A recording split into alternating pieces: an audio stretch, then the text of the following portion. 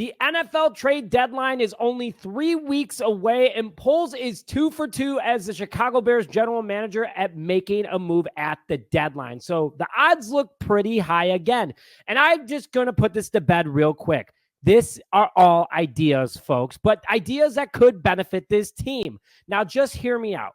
Roast me later. I don't care. But just listen to these trade ideas I want to do. And I want to hear your guys' thoughts in the comment section below. So let's have some fun. Hello, everyone, and welcome back to this episode of Just Another Year Chicago Bears. My name is Nick Brody, and as always, thank you for tuning in. So first, before we begin today's show, like this video if you just love the Chicago Bears. Let's get 1,000 likes on this video, guys. It's simple. Just hit it real quickly to show your love for this team. And please comment which trade you would do out of the 3 that I'm going over today. And please, if you haven't already, hit the subscribe button to help us hit 19,000 subscribers before kickoff and this Sunday's game before our live stream. So let's just jump into it. So I'm going to go through 3 different trades today for you guys. One of them includes Teven Jenkins by himself, another one Khalil Herbert by himself, and then one where both players are put together. Both are in the last year of their rookie contract at the moment. Jenkins wants an extension, but doesn't look worth it at the moment, in my personal opinion, if we're all being honest here. And Khalil Herbert is not likely to get paid by the Chicago Bears, considering we just paid DeAndre Swift, and we're barely even using him, which is silly, in my personal opinion.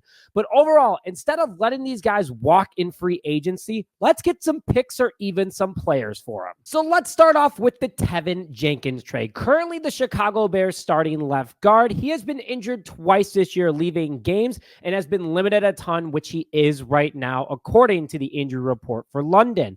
When he's on the field in the correct position, keep that in mind, he is dominated.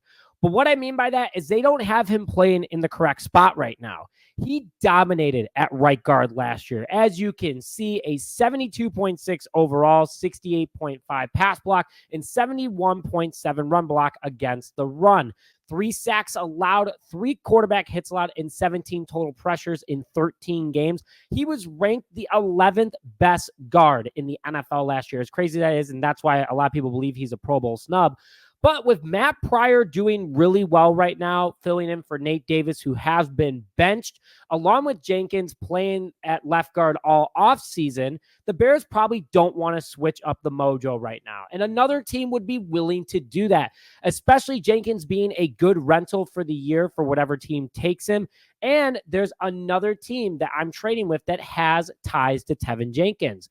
Remember the draft class that he was a part of? Well, that was Ryan Pace's last draft class as the Chicago Bears general manager, who is now part of the Atlanta Falcons. Pace has brought back multiple Chicago Bears that he drafted or picked up an undrafted rookie free agency, and Atlanta is looking to be a playoff team at 3-2 right now. But they need help at the guard position. So looking at this, I don't want any of Atlanta's offensive linemen. I just want draft capital from them at that point. And Atlanta currently only has 4 picks for next year, but one of them being in the 4th round.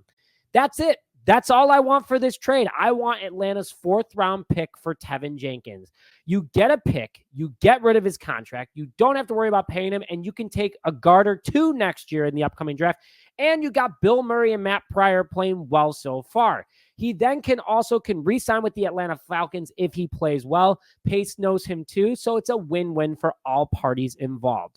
Just after that trade alone, keep your thoughts, but also comment in the comment section as the video goes on if you would do that trade or not. Now let's do Kahlil Herbert by himself. Herbert also in the last year of his rookie contract, he was the same draft class as Teven Jenkins.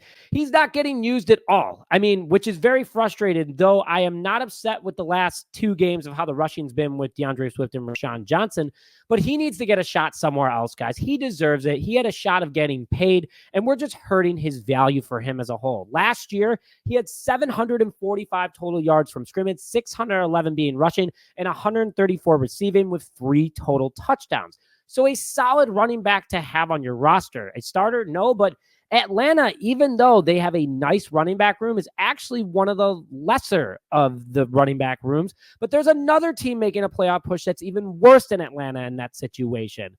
The Bears also have Travis Homer that's coming back next week after being put on IR. So Chicago will have 3 running backs again that knows this offense. You guys know how I feel about Travis Homer, but we will still have the depth.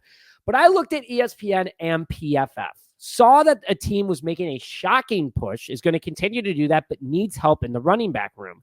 And that would be the Denver Broncos. Yes, the Broncos are 3-2 through the first 5 games, and they are ranked 21st in rushing and could use a boost like Khalil Herbert.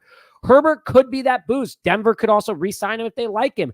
And looking at Denver's draft picks right now, they have 6 picks, 4 of them being in the first few rounds. He's not worth a first or second rounder. I'm not saying that. But polls could maybe swing a early 3rd round pick. Maybe. You never know. We all know Herbert's a good running back, but my eyes are also on their 4th rounder at the moment. We can replace Herbert in next year's draft using that exact pick, but getting an extra pick now to focus on other areas with more picks. And also, we don't have to pay him.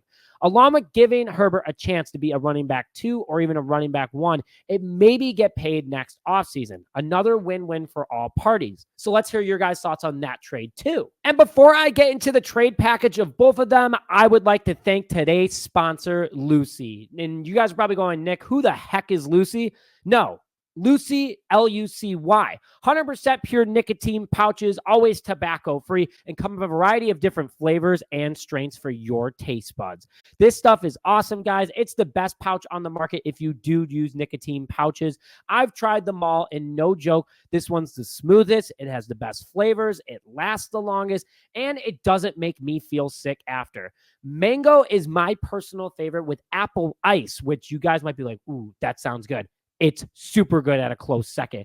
And to spread the love right now, go to the link in the description now and use promo code JAYCHI to get 20% off your first order. It's free shipping. And also they give a 30-day refund policy if you don't like Lucy and change your mind. But use code JAYCHI to get 20% off and free shipping today. All right, a trade involving both of these guys. Now, this one is a little crazy, but let's have fun because it is realistic. And no, this is not a Madden trade. But both together, higher than average at both of their spots and on rookie contracts.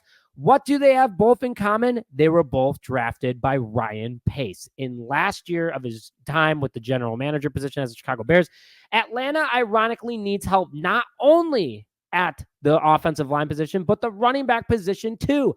They're ranking 26 at the moment, averaging 96.8 yards per game.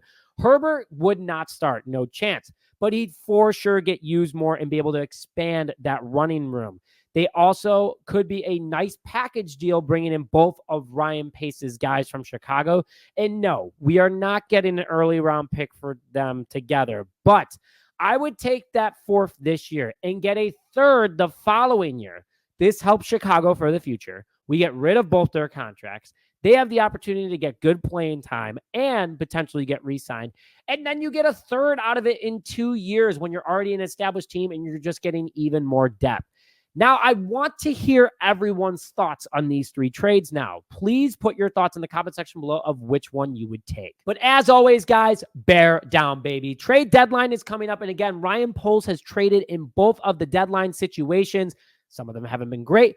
But at the end of the day, he is being aggressive. He's learned from his mistakes, and I would love to see this happen or something happen in being aggressive to help get this team to the next level. But I want to hear your guys' thoughts in the comment section below. Again, if you love the Chicago Bears, hit that like button on the video, and please subscribe to stay up to date on all Chicago Bears news and notifications for free. But with that, thank you, as always, for tuning in this episode of Just Another Year Chicago Bears. My name is Nick Brody, and as always, bear down, baby.